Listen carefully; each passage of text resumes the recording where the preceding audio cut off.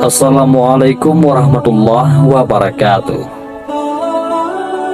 Kisah Abu Kilabah ini merupakan salah satu kisah sahabat yang mengharukan. Dari kisah Abu Kilabah ini, kita bisa belajar bagaimana mensyukuri apapun yang kita miliki dan tetap bersabar dengan apa yang menimpa kita. Diriwayatkan oleh Ibnu Hibban dalam kitab As-Siqat. Kisah ini diriwayatkan dari Abdullah bin Muhammad. Namun sebelum kita bahas kisahnya,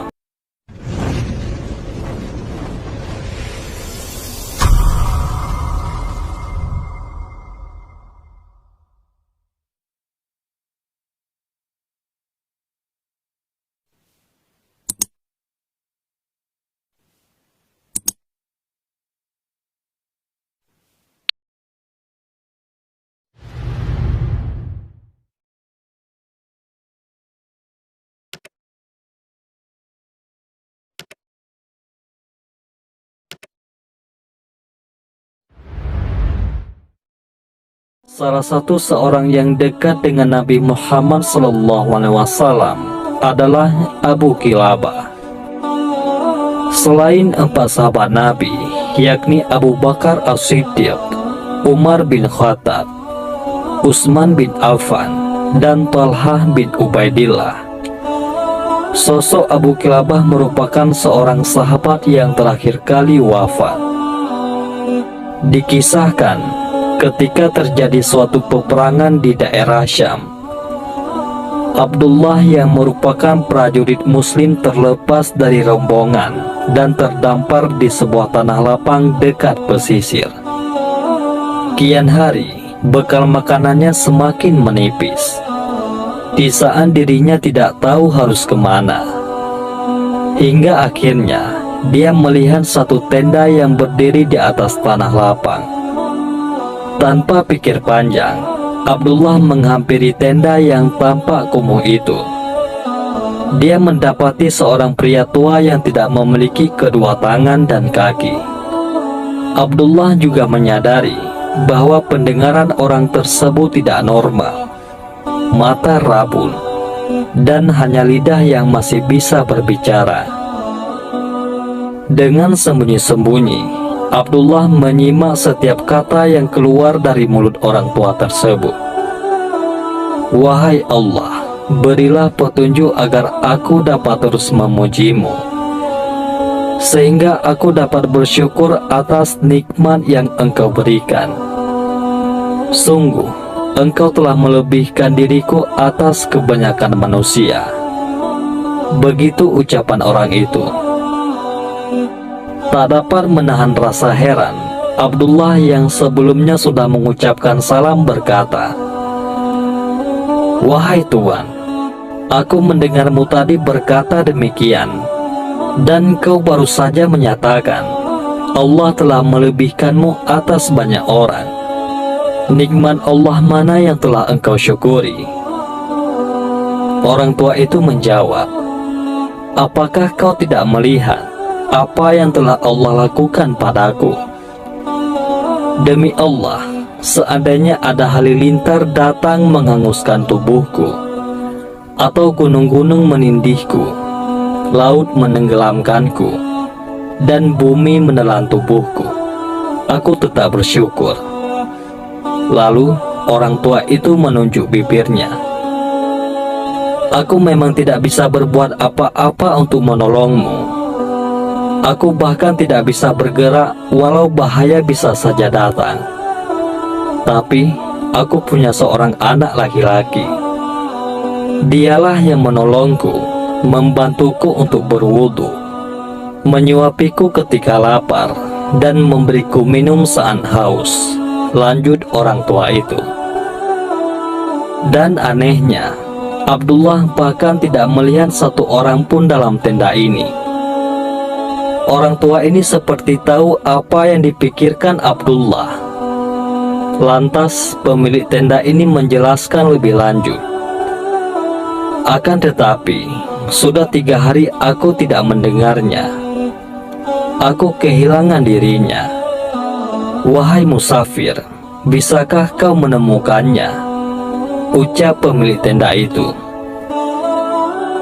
Di tengah daerah pesisir pantai yang tidak ada seorang pun, dengan baik hati, Abdullah pun menolong orang tua tersebut.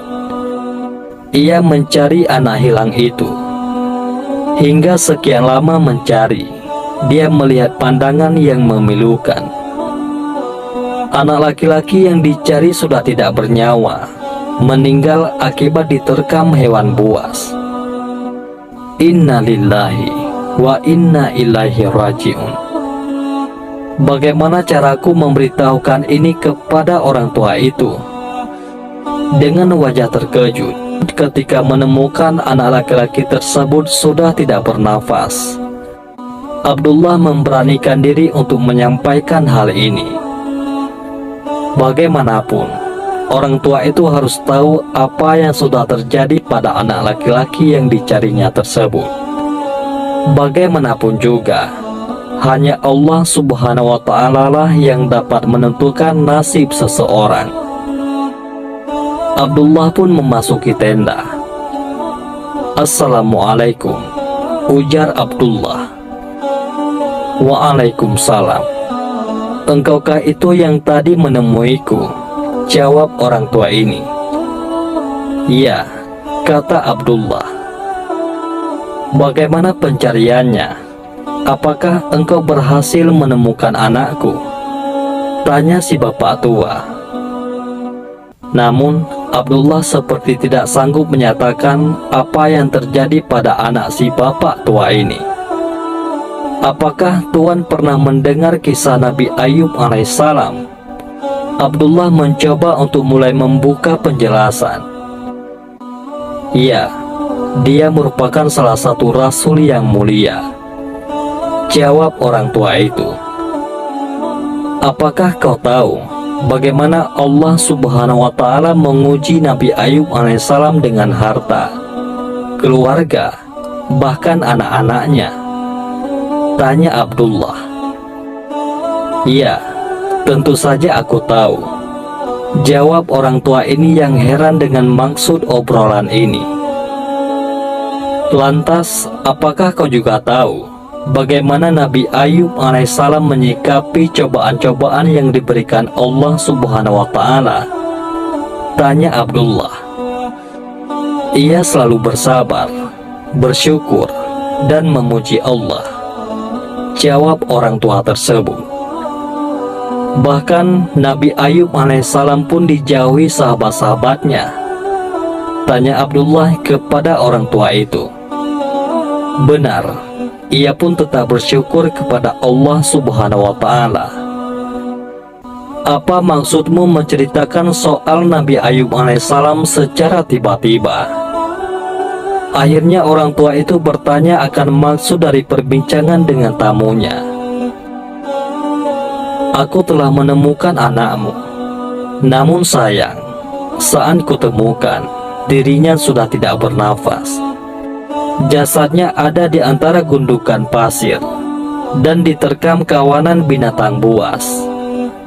Semoga Allah Subhanahu wa Ta'ala melipat gandakan pahala engkau yang bersabar atas musibah ini," jelas Abdullah. "Segala puji bagi Allah. Dia telah menciptakan bagiku keturunan yang tidak bermaksiat kepadanya," jawab orang tua itu. Selang beberapa waktu, orang tua itu sekaligus pemilik tenda tersebut meninggal dunia. "Inna lillahi wa inna ilaihi raji'un," ujar Abdullah. Kini Abdullah bingung apa yang harus dilakukan terhadap jasad orang tua ini. Membiarkannya pun tak tega, belum lagi jika ada kawanan binatang buas yang datang. Jasad orang tua itu akan diterkam binatang buas.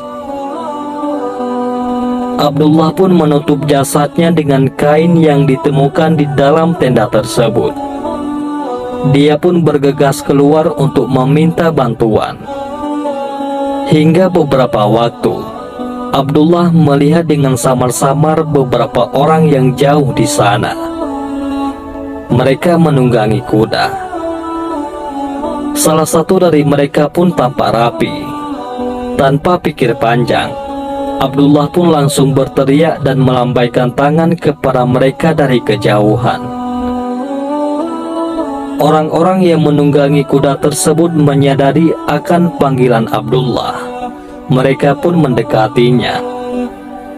Mereka berkata, "Wahai saudara, apa yang terjadi padamu?" Abdullah langsung menceritakan apa yang telah terjadi dan meminta kepada mereka untuk menolong mengurus jasad orang tua tersebut. Lantas mereka memasuki tenda dan bertanya, "Siapa dia?" "Aku juga tidak mengenalnya. Dia dalam keadaan sakit dan memprihatinkan," jawab Abdullah. Lalu rombongan penunggang kuda yang berjumlah 4 orang itu langsung membuka penutup wajahnya. Mungkin saja salah satu dari mereka mengenalnya. Saat penutup wajah terbuka, wajah mereka tersentak lalu menangis. Abdullah pun bingung dengan apa yang ia lihat dari si penunggang kuda itu. Salah satu dari mereka berkata, "Subhanallah, wajah yang senantiasa bersujud kepada Allah, mata yang selalu menunduk atas apa yang diharamkan Allah, tubuhnya selalu sujud tatkala orang-orang dalam keadaan tidur." Dengan heran, Abdullah pun bertanya, "Kalian kenal dengan orang tua ini?" "Kau tidak mengenalnya?" Mereka bertanya balik kepada Abdullah. Abdullah jelas tidak tahu siapa orang tua yang dia temukan seorang diri di dalam tenda. Dia lantas bertanya, "Siapakah orang tua ini? Mungkin tuan-tuan dapat menceritakannya." Namun, orang-orang itu kemudian memperkenalkan diri lebih dulu. Mereka adalah utusan Raja Muslim yang memang ditugaskan untuk mencari tahu keberadaan orang tua tersebut. Kemudian mereka berkata, "Ia adalah Abu Kilabah Al-Jarmi, sahabat dari Rasulullah SAW. Laki-laki ini pernah diminta oleh khalifah untuk menjadi seorang hakim. Namun, ia menolak jabatan tersebut. Dia membawa serta seorang anak laki-laki. Tadi kami menemukan jasad putranya dimakan singa," cerita pendamping utusan raja. Pada akhirnya, Abdullah pun paham. Dikatakan bahwa Abu Kilabah ini adalah sahabat Rasulullah terakhir pada masa itu, sehingga khalifah ingin menjadikannya seorang hakim. Abu Kilabah wafat pada tahun 104 Hijriah. Utusan raja yang dimintai pertolongan oleh Abdullah pun mengurus jenazah Abu Kilabah dan menyelatinya.